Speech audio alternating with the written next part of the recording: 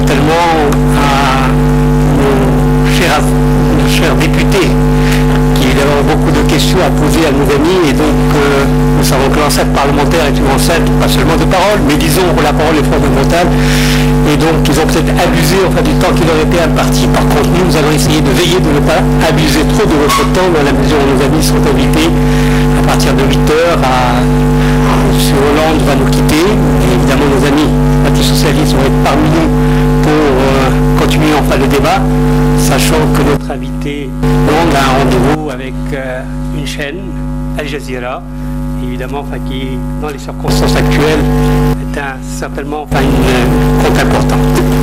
Donc je voudrais dire tout simplement ici, au début de cette rencontre, combien nous sommes heureux à la Fondation de recevoir François Hollande, la tête d'une forte délégation du Parti Socialiste, composé entre autres, non de moindre, d'anciens ministres, le ministre Rosren, Serge Moscovici, les députés et les sénateurs, et d'autres camarades qui les accompagnent dans cette rencontre au Maroc, dans toutes ses composantes. Je dirais que depuis sa création, la Fondation Abdelrahim Bouhabid a cherché à perpétuer cette vieille tradition d'amitié entre les démocrates marocains et les démocrates français, une amitié qui s'est nouée dans la douleur de la lutte contre le colonialisme et qui s'est perpétuée, reproduite, renouvelée sous d'autres formes, des formes diverses, dans le combat et le soutien pour la démocratie et l'indépendance de notre pays. Et en témoignent évidemment les relations qu'a entretenues Abdelrahim Bouhabid avec des leaders de la gauche française et du mouvement démocratique français depuis la période coloniale. Et cette tradition, nous avons essayé, nous, de la renouveler à travers les générations. Nous avons eu l'occasion ici à la Fondation de recevoir des grandes figures de la gauche française et du PS plus précisément. Dominique Strauss-Kahn, ce n'est pas sa première visite à la Fondation, et certainement pas la dernière non plus, mais aussi Mauroy, qui d'autre encore, Michel Rocard, évidemment, Elisabeth Guigou, Védrine, et d'autres figures, évidemment, aussi marquantes du mouvement démocratique en France. Donc c'est une tradition, c'est une amitié de longue date, qui est bâtie sur des idéaux communs, sur des valeurs partagées, sur un même engagement pour les causes de la justice, de la démocratie dans le monde, et que nous tenons aujourd'hui à réaffirmer avec force, surtout quand on observe ce carnage auquel se livre l'armée israélienne dans un pays qui nous est très cher, le Liban, et dans une région à laquelle nous appartenons par notre identité et notre histoire. Ce drame qui évidemment témoigne aussi quel est le travail qui reste à faire entre tous les démocrates de cette région pour faire justement de l'Euro-Méditerranée cette zone de prospérité, de paix et de valeurs partagées réellement. La délégation évidemment du Parti Socialiste est l'invitée de l'USFP. Elle aura l'occasion de s'entretenir avec différentes composantes de la classe politique, avec les dirigeants de notre pays, sur des sujets, sur des questions d'intérêt commun concernant l'évolution de nos relations bilatérales, mais aussi l'évolution de la politique internationale et dans la région du Maghreb plus particulièrement, à partir évidemment d'une démarche qui est celle du respect mutuel, de la confiance partagée et en même temps et surtout de la vérité telle qu'elle est portée par chacun de nous en fonction des valeurs communes.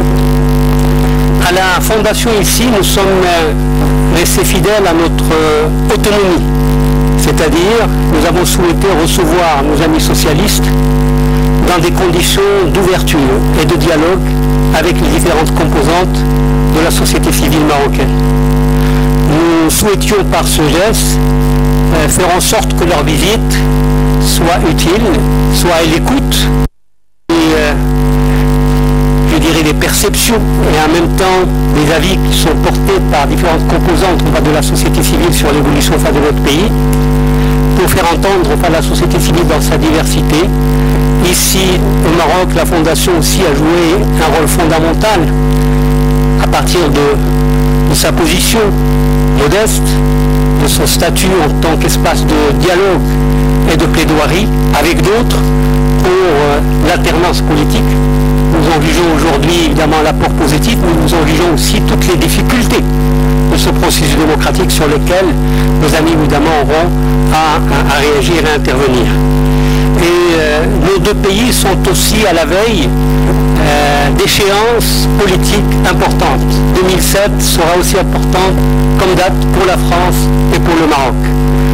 Évidemment, en France, c'est les élections présidentielles, mais aussi au Maroc, ce sera l'occasion du renouvellement de la Chambre, donc de la représentation législative. Et donc, par conséquent, nous souhaitons qu'ici et en France, cette échéance et cette date soient celles à la fois de l'espoir et en même temps de la consolidation des espaces de liberté et de démocratie enfin chez nous au Maroc. Dans quelques mois donc, il y aura ce rendez-vous enfin important. Et notre rencontre ici est aussi importante. Pourquoi? Parce que nous espérons que cette date puisse aboutir à une issue heureuse pour l'approfondissement de la démocratie, pour la consolidation et l'approfondissement des acquis du Maroc dans cette évolution. Si ce n'est pas une transition démocratique, nous aurons l'occasion de revenir sur cela. Un processus qui devrait conduire notre pays à un changement que nous souhaitons beaucoup plus profond, auquel aspire le peuple marocain, auquel aspirent tous les hommes et toutes les femmes épris de liberté et de démocratie. Et ici au Maroc, je peux vous dire, et j'aurai l'occasion enfin, de l'entendre de vive voix, qu'une crainte se manifeste, peut-être aussi en France, une crainte que l'abstention, que je dirais la dispersion des votes démocrates nous conduise à une situation extrêmement difficile pour l'avenir de la démocratie enfin, dans notre pays. Et nous comptons et nous voulons contribuer ici à la Fondation à rassembler toutes les forces de progrès, toutes les forces démocratiques, toutes les forces de la modernité, quels que soient les courants et les sensibilités qui portent en face au mouvement vers la démocratie, et quelles que soient aussi les positions dans cette dynamique de mouvement vers la consolidation des droits humains. Évidemment, enfin, il n'est pas demandé à la société civile ici présente d'être, je dirais, un auxiliaire de l'action politique. Chacun a son rôle. Mais en même temps, c'est à tous les démocrates de faire la démonstration qu'il y a des espaces de travail en commun pour faire face, surtout au Maroc, à la montée de toutes les forces obscurantistes qui risquent de remettre en cause, évidemment, enfin, les acquis péniblement enfin, construits. Évidemment, dans un cadre, dans un processus de démocratie enfin rénové. C'est le rôle donc de tous les démocrates du pays, c'est celui de donner du sens à l'action civique, à l'action citoyenne, mais aussi à l'action politique, pour faire en sorte que ces futures échéances soient un rendez-vous réussi pour nous. Nous n'avons pas suffisamment de temps, je dirais, pour vous donner toute la mesure de la situation au Maroc. Vous allez entendre des voix multiples, chacun étant porteur d'un regard, d'une perception. Mais on peut considérer que le Maroc bouge. Il bouge parfois dans le bon sens, il bouge péniblement des fois. Il y a du changement, vous avez le constaté, oui, l'espace des libertés, l'espace des droits, l'espace d'une dynamique économique, même si elle est relative, l'espace d'une évolution de l'arsenal juridique, de l'environnement, enfin de l'action enfin, des citoyens et en même temps enfin, du monde de l'entreprise. Mais aussi, c'est un Maroc où il y a des forces d'inertie. Des forces d'inertie dans les comportements, que ce soit les comportements de l'administration, les comportements même des partis politiques, je dirais du système politique, d'une certaine manière. Et surtout, vous avez certainement rencontré un Maroc qui est à la fois optimiste, mais en même temps inquiet. Inquiet d'une ouverture où la mondialisation sauvage laisse des traces très difficiles, des fractures, comme vous le dites en France. Et surtout une mondialisation sans accompagnement. Surtout, il est inquiet de ses alliances dans la région, face à une Europe qui est en panne, face à une Europe où nous percevons une Europe beaucoup plus impuissante politiquement qu'acteur politique réel. Et que nous avons des franges de la société aussi qui sont découragées par le chômage, par des jeunes et des femmes, par les inégalités sociales qui s'approfondissent, par les défis sociaux qui restent extrêmement forts et élevés, par le clientélisme qui continue de fonctionner enfin, dans le système politique d'une certaine manière, par une panne de l'ascenseur et de la mobilité sociale.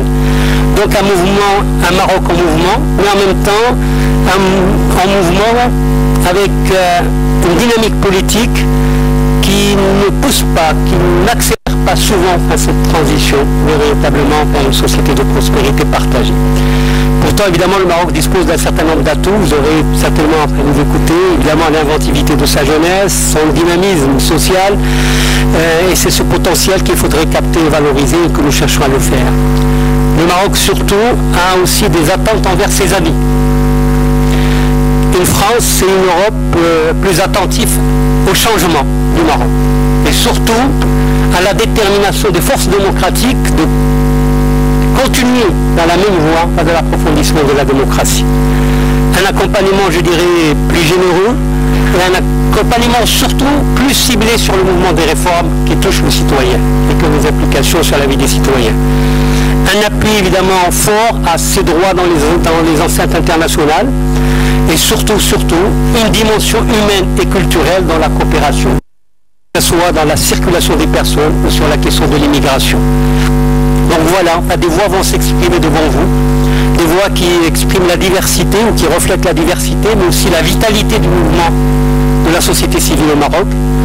Et je pense qu'ils sont l'expression d'un acquis démocratique, mais ils sont aussi l'expression d'une difficulté de construire la démocratie. La démocratie est un projet, il n'y a rien d'irréversible.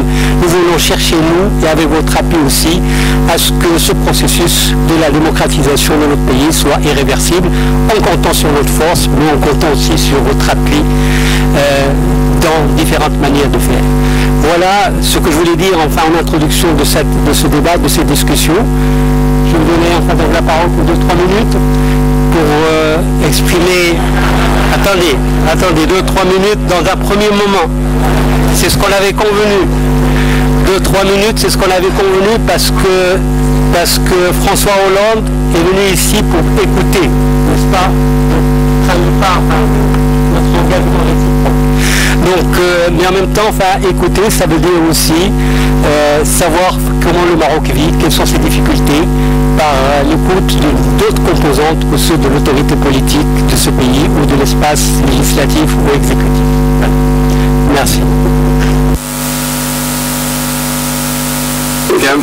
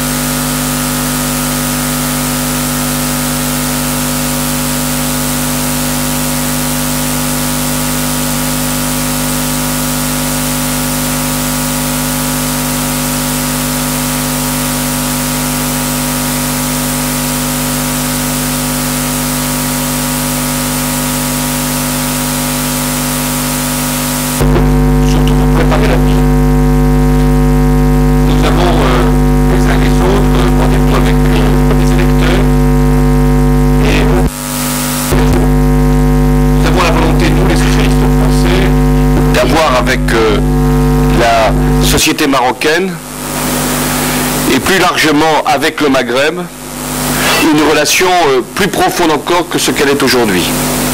C'est un triple devoir, un devoir de réussite démocratique. Et ce qui est engagé au Maroc, je vous le dis, nous le suivons avec attention, mais nous le saluons. Parce qu'il n'y a pas beaucoup de pays qui en quelques années ont été aussi vite et aussi loin. Pas assez vite, pas loin pour vous les démocrates marocains, mais quand même.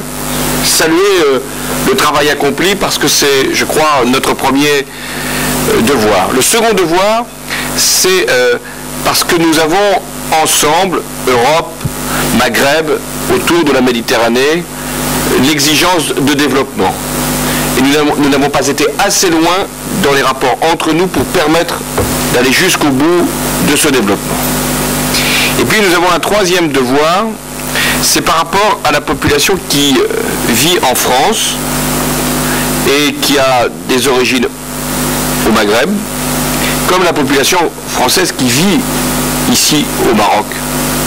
Et nous avons vis-à-vis de cette population le devoir de faire en sorte que la relation entre nos deux pays soit autour de l'excellence. Alors je veux terminer en vous disant que la démocratie, nous l'éprouvons depuis nous des années, des décennies heureusement, en France, elle n'est pas simplement contenue dans les institutions. Elle n'est pas simplement des lois, le pluralisme, la liberté de la presse, la liberté de réunion. Elle est dans une pratique. Et on peut avoir les meilleures institutions, on peut avoir les meilleures lois, les meilleures règles. Ce n'est rien s'il n'y a pas une vie démocratique, une participation des citoyens. Et c'est le plus difficile. Vous avez parlé de l'abstention, elle frappe des démocraties aussi accomplies que la nôtre. Vous avez parlé de la dispersion des forces politiques. Et nous savons, nous, aujourd'hui, ce qu'elle est, cette dispersion, compris à gauche. Et cette tentation narcissique qui est d'être dans une élection pour soi-même et pas pour le projet que l'on doit porter avec d'autres. La division qui s'est installée au cœur des systèmes politiques et où la concurrence n'est plus simplement entre les projets, mais entre les formations politiques, y compris groupusculaires. La tentation des extrêmes. Extrême droite, nous savons ce qu'il faut redouter d'elle. Mais également extrême gauche, qui est en France la plus électoraliste qui soit, qui n'attend plus depuis longtemps la révolution, mais attend toujours la prochaine élection. Alors tout cela, nous devons faire avec. Et vous aussi, vous êtes confrontés à ces processus, et vous avez le devoir de faire vivre la démocratie, quand beaucoup encore doutent même de la démocratie. Car c'est là que le mal s'est installé. La démocratie n'est pas un système accepté autant qu'on l'espérerait. Ça vaut dans les pays comme les vôtres, émergents, qui ont lutté pour la démocratie. Et dont ils pourraient penser, ces pays-là, que finalement, elle est un consensus. Elle n'est pas un consensus, y compris dans des pays développés comme les nôtres. On voit bien la tentation de l'extrémisme, du populisme, de la démagogie. Alors pour toutes ces raisons, c'est vrai que le combat des démocrates n'est jamais achevé. Et il est bon que vous soyez rassemblés dans une fondation. Nous avons une fondation proche du Parti socialiste, mais finalement une fondation des démocrates français serait peut-être une cause utile. Et en vous entendant tout à l'heure, je veillerai à ce qu'on tire peut-être cette conclusion-là pour notre propre pays. En tout cas, merci d'avoir fait cet effort. Et puis, tous mes amis répondront après avoir écouté, parce que j'ai bien compris qu'il ne s'agissait pas de parler. Voilà, donc nous avons différentes catégories de la société civile, puis aussi des représentants des élus locaux, des élus au Parlement. Nous allons commencer comme cela par des associations de plaidoirie. C'est CTENI, alternative. Alors, 5 minutes, présentation très brève du mouvement, je ne peux pas le faire, et surtout votre regard sur le Maroc et sur son avancée et ses difficultés. Très bien. Merci Monsieur le Président. Bonsoir messieurs, dames. Donc, Adma Ktani, président délégué de l'association alternative, une association de plaidoyer politique. Fondée en 96, à la veille de l'alternance. Voilà. C'est bon, hein? Oui. Voilà. Fondée en 96, notre association a toujours eu pour mission d'accompagner le débat et d'initier le débat sur le champ politique et d'essayer de faire progresser les idées de progrès et de modernité. Nous sommes une association qui est composée de membres de la société civile, intellectuels, universitaires, avocats, médecins et autres, et aussi membres de la société politique. Nous avons beaucoup de membres de l'USFP et du PPS. Nous avions des gens du PSD, mais aujourd'hui c'est l'USFP. Donc l'association se propose un espace de réflexion, d'accompagnement aussi des forces politiques qui œuvrent pour la démocratie. Nous avons montré ça à maintes reprises lors du gouvernement de M. M. Yousfi. En un mot, nous sommes un des catalyseurs, si vous voulez, de la société civile en termes mais bien sûr en partenariat avec beaucoup d'autres associations et centres de réflexion. Alors comment nous travaillons? Nous organisons des tables rondes, des conférences, des ateliers de réflexion, desquels émergent donc des documents, et je vous proposerai tout à l'heure un certain nombre de documents que nous avons produits, qui permettent donc de réunir des différentes sensibilités de la société civile, de pouvoir faire des propositions concrètes par rapport à l'inflexion du champ politique national. Alors qu'est-ce que nous pensons aujourd'hui de l'évolution du Maroc? Je suis d'accord avec vous quand vous dites que le Maroc a évolué. Depuis 96-98, il y a une évolution majeure qui a été faite. Il y a une émergence d'une nouvelle société civile qui était jusqu'à très récemment, jusqu'à 10 ans, nous étions un petit peu en marge de l'activité politique dans notre pays, mais aujourd'hui, et grâce à des espaces comme Alternatives, qui sont un espace qui ne sont pas contraints par les contraintes partisanes, si vous voulez, et les contingences d'un parti politique et les différents courants qui peuvent exister, etc. Nous sommes ouverts, nous avons différentes personnes qui viennent de différents horizons et qui permettent d'exprimer leurs opinions et leurs propositions. Nous avons les gens de la Fondation, nous avons différents partis politiques à travers le spectre, à l'exception des gens qui se réclament de la démocratie mais qui n'en sont pas. Et aujourd'hui, nous essayons de faire avancer ce débat. Alors, qu'est-ce que nous attendons très succinctement? Parce que je sais qu'il y a beaucoup d'intervenants et je ne vais pas... Qu'est-ce que nous avons fait depuis 10 ans? Nous avons beaucoup travaillé sur la recomposition du champ politique de façon à éviter l'émiettement dont vous parliez tout à l'heure, parce qu'aujourd'hui, l'émiettement de la carte politique ne fait pas avancer du tout, nous pensons, la démocratie. D'accord, le pluralisme, mais un pluralisme exacerbé et tous azimuts, sans aucune ambition, sauf celle de promouvoir les leaders respectifs, ne nous intéresse pas. Nous aurions souhaité et nous souhaitons toujours qu'il y ait une recomposition vers un pôle de gauche, un pôle de droite, etc. Nous avons aussi travaillé sur les élections, la réforme constitutionnelle, la réforme de la justice, la réforme du code de la famille, le statut de la femme, avec bien sûr beaucoup d'autres associations qui ont travaillé là-dessus, et les grands chantiers de la réforme économique et politique. Alors qu'est-ce que nous attendons un petit peu de notre partenariat avec la France en général et en particulier les gens de progrès et de modernité, d'avoir un accès à un certain nombre d'experts ou de participants de haut niveau pour nous permettre de contribuer encore plus à cette réflexion, et participation à des universités d'hiver, d'été, etc. Et aussi, nos associations ne vivent que par un financement particulier. Nous avons d'énormes problèmes de financement. Je pense que je ne serai pas le seul à en parler aujourd'hui, mais nos associations vraiment n'ont pas beaucoup de moyens pour faire avancer ce débat. Mais je pense que c'est les forces vives de la nation, et notre ambition est de continuer à porter ce débat jusqu'au bout. Merci. Merci, Télé. Télé, militante de la cause des femmes au Maroc, à travers la DFM.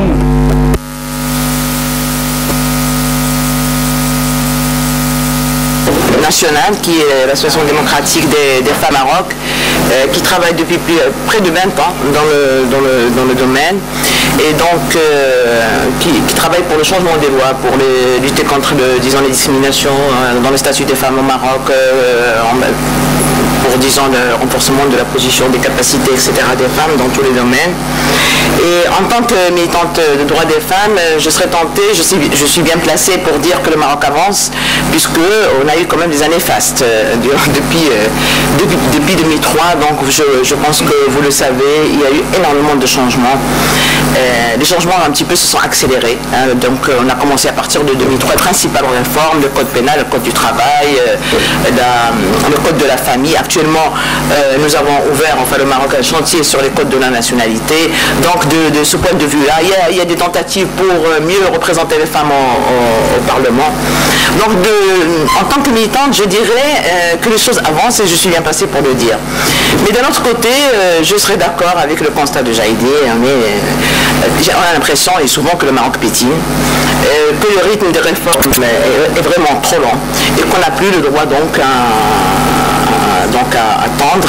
Et surtout, il me semble qu'aujourd'hui, ce qui est le plus difficile pour nous, en tout cas nous travaillons sur le terrain, Et ce qui est le plus difficile, c'est que toutes ces réformes ont des difficultés à être mises en place, ont des difficultés, elles n'ont pas des impacts sur la vie des femmes. On dit, les femmes qui viennent, oui, le code de la famille a changé, ils disent oui, il a changé, mais où est-ce qu'il est? Où est-ce qu'il est ce code? Ils ne le voient pas, ils ne le voient pas, donc il y a énormément, et ça c'est tout le système, c'est tout le fonctionnement institutionnel au Maroc, c'est le problème de la justice. Je pense que s'il y a une priorité au Maroc, c'est bien la réforme de la justice, et je crois que c'est un constat sur lequel beaucoup d'entre nous sont d'accord. Il y a une absence de vision, et là je suis désolé, je dirais que les partis politiques ont une grande responsabilité, y compris l'USFP, tous les partis, et surtout l'USFP, puisqu'il y a une responsabilité, quand même c'est un grand parti, une responsabilité qui est historique, et il y a une absence de vision. Moi je vois rarement des partis se déterminer par rapport à un programme, par rapport à d'idées. C'est un discours, tout le monde reprend le même discours. Un projet de société, c'est pas seulement un projet démocratique et moderniste. On n'arrive même plus à supporter donc qu'on nous parle de modernité, de démocratie, parce que maintenant tout le monde reprend ce slogan à son compte, mais en réalité derrière ces slogans, souvent il n'y a pas grand-chose. Et je crois que c'est ça le drame actuellement du Maroc. C'est sa classe politique. Or on ne peut pas avancer sans une classe politique qui doit être absolument, qui doit se réformer, qui doit se poser des questions, parce que nous avons énormément de problèmes en termes de pauvreté, de chômage, de violence, en termes de statut des femmes. Il y a encore énormément donc de défis. Alors, pour terminer, parce que je ne veux pas être longue, je voudrais dire deux choses, deux messages à nos amis français. Le premier, c'est que nous avons observé durant les dernières années une orientation au niveau de l'Europe, de l'Union européenne, une orientation durant les derniers mois à dire nous devons intégrer tout le monde. En fait, en réalité, ce sont les islamistes qui sont représentatifs dans la région arabe. Et donc il y a un danger là qui se profile, et je pense qu'il faut ouvrir un débat sur ça. Il ne s'agit pas d'exclusion, il s'agit, et je serai d'accord avec M. Hollande quand il dit la démocratie c'est pas seulement les institutions, c'est pas seulement les élections. Et nous avons tendance à penser que la démocratie c'est les élections. Non, c'est des valeurs aussi. Or ces gens-là ne partagent pas ces valeurs-là. Et donc je crois qu'il y a tout un débat à faire. Ça c'est le premier message. Le deuxième, je dirais que depuis que nous avons créé notre association, et je crois que nos amis peuvent le confirmer, nous avons eu un partenariat avec presque tous les pays d'Europe, d'Amérique, d'Asie, mais pas avec la France. Et c'est absolument paradoxal. Les gens, étant donné notre culture, notre histoire, les gens pensent que les liens, absolument pas. On n'a pas de lien, on n'a pas de partenariat, on n'a pas de relation avec la France. En tant que société civile, la France se comporte au Maroc comme étant un pays, c'est un pays conquis, elle a des intérêts, elle est reconnue. L'ambassade ici n'a pas besoin d'aller voir les associations, souvent. Donc, et ça, c'est quelque chose qui est incroyable. Alors que l'ambassadeur, je donne l'exemple des États-Unis, toutes les semaines, il envoie une invitation. Venez déjeuner, venez ici, on veut débattre. Je veux dire que c'est quand même une situation qui est très très particulière, et j'espère que ça va changer. Il n'y a pas de relation entre la société civile marocaine, enfin en tout cas pour les droits des femmes, je ne sais pas pour le secteur, tout ce qui est, disons, et la société civile française, voilà.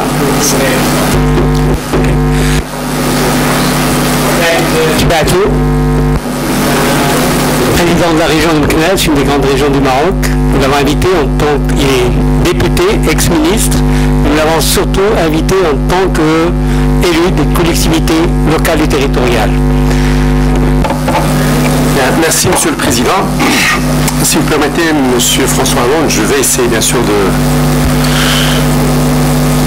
vous poser un certain nombre de questions qui vont nous permettre, nous, en tant que socialistes au Maroc, de faire une comparaison, même si les contextes sont différents, puisque nous-mêmes, nous sommes à la veille de l'élaboration d'un programme pour affronter les élections de l'année prochaine. Alors, première question, c'est que vous avez vécu au niveau du Parti socialiste français le 29 mai, donc le Parti socialiste était divisé. Vous allez préparer le programme pour affronter les élections de 2007. Alors la question qu'on se pose, bien sûr, puisqu'on suit la politique française de près, comment vous allez pouvoir en quelque sorte soit intégrer les différences du Parti socialiste, soit les dépasser de façon à concevoir des contours du rôle de l'Europe et de l'État-nation. Et ça peut en quelque sorte, bien sûr, nous permettre de voir comment nous, on va nous conduire avec l'Europe et dans le cadre surtout de la coopération décentralisée. Deuxième question, c'est concernant bien sûr le modèle socialiste. C'est vrai que 2002, ça a été une grande leçon pour nous. Vous avez fait du social et de l'économique, mais en fait, à la fin, les gens ne vous ont pas jugé sur le social, ils vous ont jugé sur l'économique. Actuellement, comme plus auparavant, la mondialisation exige encore beaucoup plus d'efforts en matière de compétitivité. Quel sera alors dans votre programme le contenu du social et comment vous allez en quelque sorte maintenir les exigences de la compétitivité? Et j'enchaîne avec, bien sûr, quelque chose que vous avez vécu au niveau du gouvernement de Jospin, c'est les 35 heures. Alors les 35 heures, c'est vraiment pour nous quelque chose d'important, puisque l'homme a quand même droit à réduire son temps de travail, puisqu'il a fait beaucoup d'efforts pour en arriver au stade où il est actuellement. Mais on sait qu'il est difficile bien sûr à faire passer, étant donné que vous travaillez sur un espace mondial. Et donc là, est-ce que sur ce plan-là, l'Europe ne peut pas amener beaucoup de réponses, puisqu'au moins l'uniformisation dans ce sens, pour réduire en quelque sorte les différences en matière de productivité, va permettre en quelque sorte à l'homme de bénéficier, mais sur un espace de solidarité beaucoup plus large. Dernière question, c'est les régions. Nous pensons que vous avez déjà réalisé l'alternance par les régions, puisque vous avez gagné 22 sur les 24. Mais il y a quand même un problème qui s'est posé juste au départ avec le Premier ministre du temps, c'est qu'il a essayé de transférer un certain nombre de prérogatives. Les régions ont dit non. Que fera le Parti socialiste dans le cadre de son programme? Est-ce qu'il va transférer toujours? Est-ce qu'il y aura plus de déconcentration? Et merci. Merci.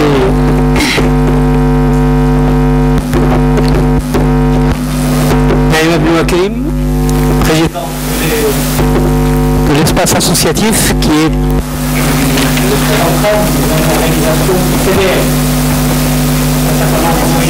association. Merci. J'avais l'intention de faire une toute petite présentation de l'espace associatif et me limiter à ce niveau-là. Mais je crois que l'intervention de mon ami Rabia nous interpelle à réfléchir en tant que tissu associatif sur notre rôle pour promouvoir la scène politique au Maroc. Je commencerai par ma présentation et puis j'essaierai de réfléchir à haute voix avec vous sur cette question. Donc l'espace associatif, c'est une association qui a pour mission de promouvoir l'action associative afin d'assurer une contribution efficace et pleine et surtout autonome de ce tissu dans ce qu'on appelle le développement démocratique. Il a été créé en 1996 c'était le produit d'un travail collectif qu'ont mené un ensemble d'acteurs associatifs qui ont bien soulevé les défis qu'affronte ce tissu et qui entravent son efficacité et son action. Ces déficits, on peut les limiter dans le tissu associatif, je crois que ça existe aussi ailleurs, c'est dans le déficit en matière de professionnalisme. Les associations avaient à l'époque de la création, où le problème existe toujours, un problème d'accès au financement et surtout ils ont un problème de proximité avec leur population cible qui sont les premiers cibles de leurs actions. Donc l'espace associatif, afin de remplir ce rôle pleinement, il s'est présenté comme structure de réflexion et de débat autour de toutes les problématiques qui touchent à tissu associatif afin de développer une vision concernant les domaines dans lesquels l'espace associatif doit agir. Ce travail de réflexion a été traduit par la programmation d'un ensemble annuellement de cycles de tables rondes et de séminaires. ce travail ne s'est pas limité seulement à une communication, une concertation entre les associations et une réflexion interne, mais il a produit des actions majeures pour agir sur l'environnement dans lequel travaille ce tissu. Et je rappelle ici, il y a mes amis qui ont participé à cette action, la campagne et la mobilisation qu'a organisé l'espace associatif pour la réforme de la loi des associations. Il agit aussi dans le domaine de la formation, puisqu'il avait comme objectif principal, c'est de renforcer les capacités institutionnelles du tissu associatif. Il a aussi agi pour assurer une visibilité et une médiation du travail associatif, et aussi il a participé amplement, matériellement et politiquement à appuyer tout le travail de coordination et de réseautage que des associations, notamment les associations de femmes. Après 10 ans de pratique et tenant compte de la conjoncture actuelle, plusieurs défis affrontent le tissu associatif et qui interpellent l'espace associatif à agir. J'avais listé un ensemble de défis, mais je vais me limiter à 2. C'est que maintenant, ce tissu est interpellé d'une manière massive et il y a une attente insistante pour qu'il participe pleinement dans l'élaboration des politiques et dans sa mise en œuvre. C'est une interpellation qui est ancienne mais qui reste d'actualité, vu que jusqu'à présent le tissu associatif ne fait que réagir et ne fait que répondre à des interpellations. Il n'a pas encore réellement développé une vision pour être très efficace dans ce travail de partenariat avec les différents acteurs concernés. Revenons maintenant à la question qu'a soulevée mon ami Rabia, et que la question de ce qu'on peut appeler, je crois que M. François Hollande a déjà appelé l'échec politique. Je crois qu'il ne faudrait plus, en tant que tissu associatif, s'arrêter au diagnostic. Il faudrait, je crois qu'il est temps qu'on réfléchisse ensemble comment on peut agir pour promouvoir l'action politique, comment promouvoir la démocratie participative et comment participer surtout à développer les acteurs politiques que nous considérons amis et que nous considérons qui partagent les mêmes aspirations et les mêmes objectifs que les acteurs associatifs. Et merci. Merci. C'est Scali, membre de Forum Vérité et Justice.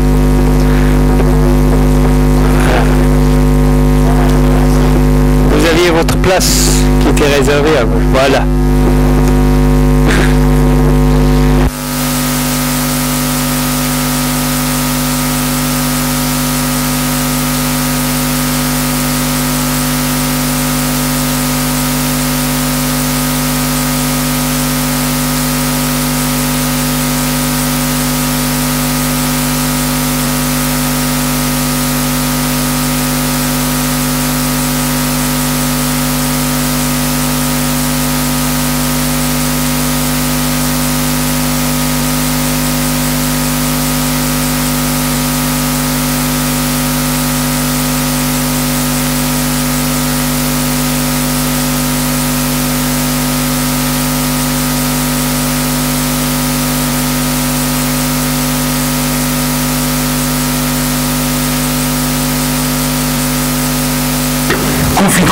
Que seuls certains archivistes des services de sécurité ont le privilège de connaître. Le peuple, la population marocaine et l'opinion internationale n'a pas accès encore à ces dossiers-là. Donc la lutte pour la vérité, la lutte pour la préservation de la mémoire. Nous avons assisté à des initiatives nombreuses de destruction des anciens bagnes secrets en catimini, de négation même de l'existence de certains bagnes. Encore aujourd'hui, avec une crispation des milieux sécuritaires absolument inimaginable. Pas plus tard que la semaine dernière, par exemple, un sit-in pacifique organisé devant l'un de ces centres secrets à Rabat, le PF3. a été confronté avec une violence inouïe par les forces de sécurité et ils ne veulent pas entendre parler d'eux. D'ailleurs, les autorités, les composantes sécuritaires de l'autorité marocaine ne reculent pas devant le ridicule, puisque même le juge d'instruction français en charge d'éclaircir, de faire des recherches sur l'affaire Boubacar a demandé à visiter ce centre PF3 et s'est fait répondre très officiellement que nous ne connaissons pas le lieu où se trouvait ce centre. Alors qu'il se trouve à 2 pas, au sens strict du terme, de la résidence de la majorité des ministres de ce gouvernement, dans les quartiers le plus huppé de Rabat, et que les forces de sécurité se sont brusquement rappelées qu'elles le connaissaient bien pour déployer des forces absolument inimaginables pour contrecarrer le sit-in pacifique qui devait être organisé là-bas. Enfin, la troisième lutte, c'est une lutte contre l'impunité, parce qu'on ne peut pas construire la démocratie, on ne peut pas construire le changement sur la base de l'impunité. L'impunité au Maroc, dans le Maroc du discours officiel, y compris malheureusement dans celui de l'instance équité et réconciliation, est devenu synonyme de revanchard. Qui parle de lutter contre l'impunité veut prendre sa revanche, veut torturer les tortionnaires, veut assassiner les assassins. Enfin, on ne recule devant absolument aucune énormité pour faire face à cette demande de justice, tout simplement. On ne peut pas construire la justice sur l'impunité, sur l'oubli, sur l'amnésie du passé. Il faut qu'il suive. Donc ces 3 luttes convergent vers un objectif commun. L'objectif global, général, fondamental du forum, c'est faire en sorte que ça ne se reproduise plus, que ces graves violations des droits de l'homme ne se reproduisent plus au pays. Et pour qu'elles ne se reproduisent plus, effectivement, il ne faut pas qu'il y ait de l'impunité. Pour qu'elles ne se reproduisent plus, il faut que la mémoire soit cultivée, que les gens sachent ce qui est arrivé, comment c'est arrivé, le processus à travers lequel c'est arrivé, pour être... Ce n'est pas une assurance tout risque. Ce n'est pas une assurance tout risque, mais enfin, ça augmente les chances pour que ça ne se reproduise pas. Certaines des propositions de l'instance équité et réconciliation qui a travaillé au Maroc dans les 2 dernières années vont dans ce sens-là d'ailleurs, notamment des propositions qui concernent des changements politiques, administratifs, institutionnels dans ce pays. Malheureusement, j'ai l'impression que, aux yeux d'une partie au moins des autorités, ces recommandations sont destinées tout simplement aux oubliettes. Je conçois que quand on parle de changement institutionnel et tout, on parle de grands dossiers qu'on ne peut pas changer du jour au lendemain.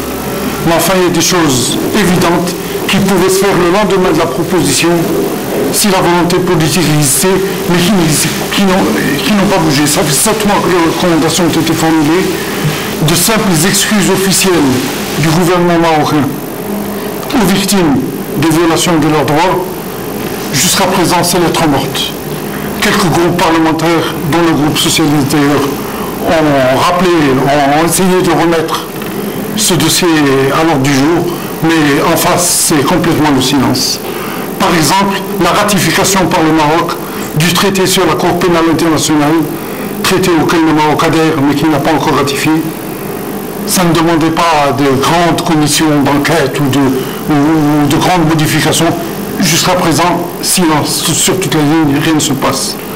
Ce qui permet d'affirmer, sans grand risque de se tromper, que le dossier des graves violations des droits de l'homme est loin d'être clos au Maroc. Ça fait plusieurs fois qu'on a entendu le dossier est définitivement fermé. Malheureusement, les pratiques à ce jour montrent que c'est un dossier qui est toujours vivant, peut-être malheureusement aussi un dossier d'avenir, non pas seulement un dossier de passé. Merci. Merci. J'enchaîne toujours sur la question des droits de l'homme. Nous demandons à Abidam Ayesh, président de l'OMDH.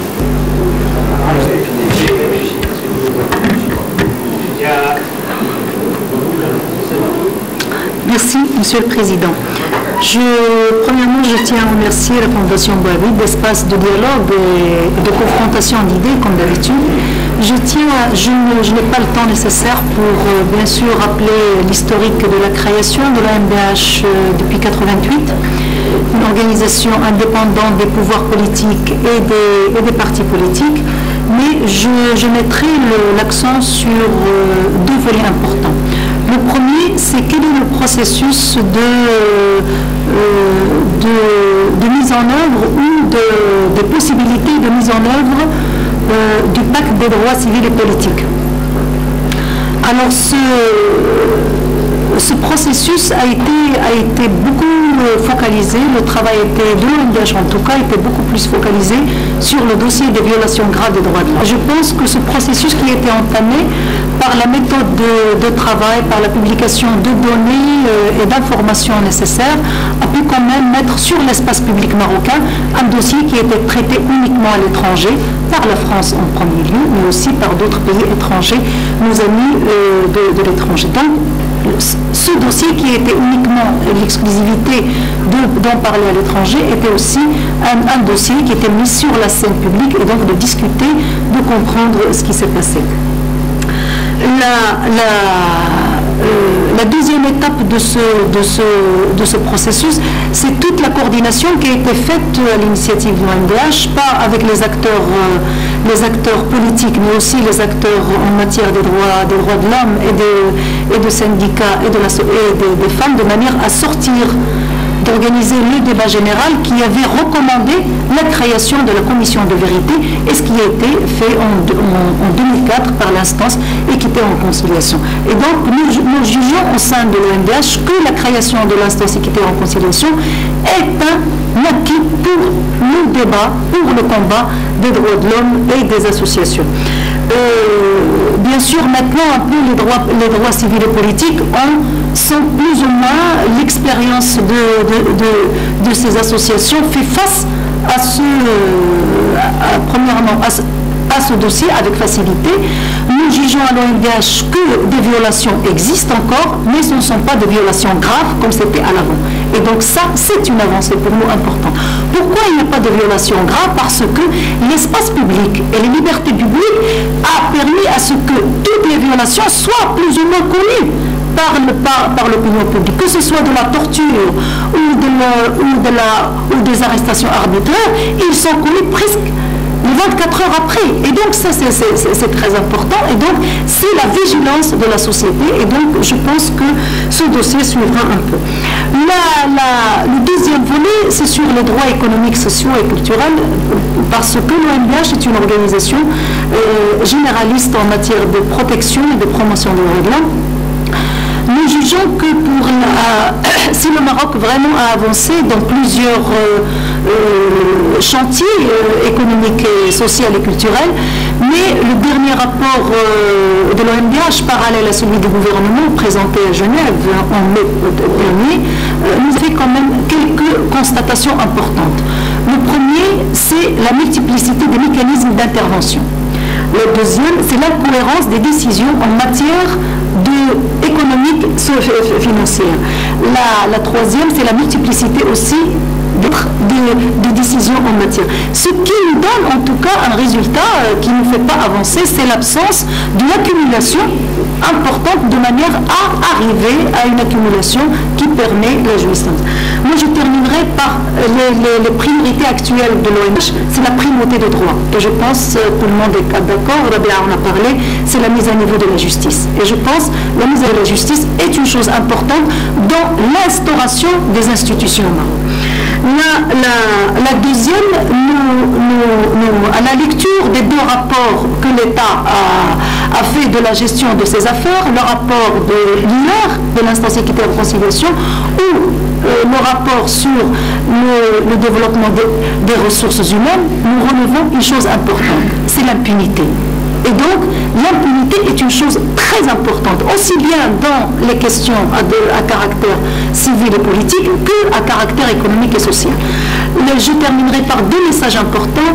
Je pense que le Maroc, nous sommes dans un chemin fragile, difficile et compliqué et complexe. Mais je pense que l'adoption du code de la famille en 2003, juste après les événements de 16 mai, je pense inscrit le Maroc dans un processus de démocratie et de clarté pour le choix de sa vision. Le deuxième message est adressé à nos amis du Parti socialiste. Le partage des valeurs communes nécessite aussi un débat franc, sérieux et qui sort des compromis politiques, mais qui s'accroche aussi à des valeurs de partage, aussi d'égalité, de concertation et de prendre en compte toutes les décisions de nos partenaires du Sud. Merci, monsieur. Merci à vous. Je vais donner la parole à François Hollande pour une première réaction. D'abord, merci pour la qualité des interventions. Et je ne répondrai pas à toutes les questions parce que toutes ne relèvent pas de notre propre responsabilité. Mais en même temps, nous pouvons nous dire et vous dire notre approche et les limites que nous avons pu rencontrer dans l'action publique ou les leviers que nous espérons utiliser pour l'avenir. Pour toutes les questions auxquelles je n'aurais pas pu répondre, aussi bien Dominique, Pierre, Benoît et les camarades qui m'accompagnent peuvent reprendre la parole. D'abord, j'ai été frappé par tout ce qui a été dit sur les associations. Je trouve qu'il y a là une richesse tout à fait évidente pour vous, pas forcément facile à mobiliser, je l'ai bien compris, mais qui est un potentiel considérable dans l'amélioration de la démocratie, dans l'accomplissement même des réformes. Et là aussi, s'il y a une critique que l'on peut se faire et nous faire par rapport à des périodes où nous avons été en responsabilité, et si ça peut vous servir éventuellement pour votre propre démocratie, c'est que nous avons longtemps pensé, les socialistes français, qu'il suffisait de voter des lois pour que mécaniquement, automatiquement, le changement s'introduise. Et que même nous poussions l'utopie jusqu'à imaginer que les Français en seraient heureux et pourraient même voter pour nous la fois suivante. Ça ne s'est jamais vérifié. Et que même des réformes sociales, on a cité les 35 heures, qui pour nous étaient à la fois un moyen de désaliéner une société qui était fondée sur le travail et parfois sur l'exploitation, pour reprendre nos formules anciennes, donner plus de loisirs, ça c'était plus simple à comprendre, pour permettre à d'autres de trouver un emploi. Et bien même une réforme aussi ambitieuse n'a pas forcément été comprise toujours comme un progrès. On avait même, il y a bien plus longtemps, fait voter des lois de démocratie dans l'entreprise, de consultation des salariés, pour se rendre compte que les obligations de négociation ne trouvaient pas forcément leur place dans les petites, voire même les grandes entreprises. Et que même des réformes sociétales, comme l'on dit, touchant aux droits de la famille, touchant aux droits des enfants, touchant, bref, à des éléments de la vie sociale, ne portaient pas aussi fortement que nous l'espérions. Pourquoi? Parce que nous n'associons pas précisément la société civile à nos réformes. Les syndicats, d'une part, et puis les réseaux associatifs, d'autre part.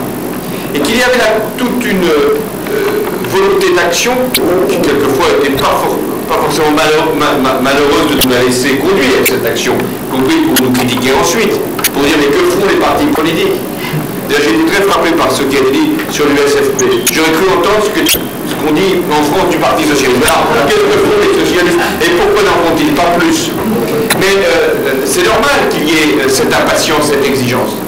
Mais en revanche, on a absolument besoin de ce rapport qui ne doit pas être un rapport de soumission, qui n'est pas un rapport non plus d'indépendance absolue, qui n'existe pas, parce que nous sommes liés quand même, mais qui est un rapport de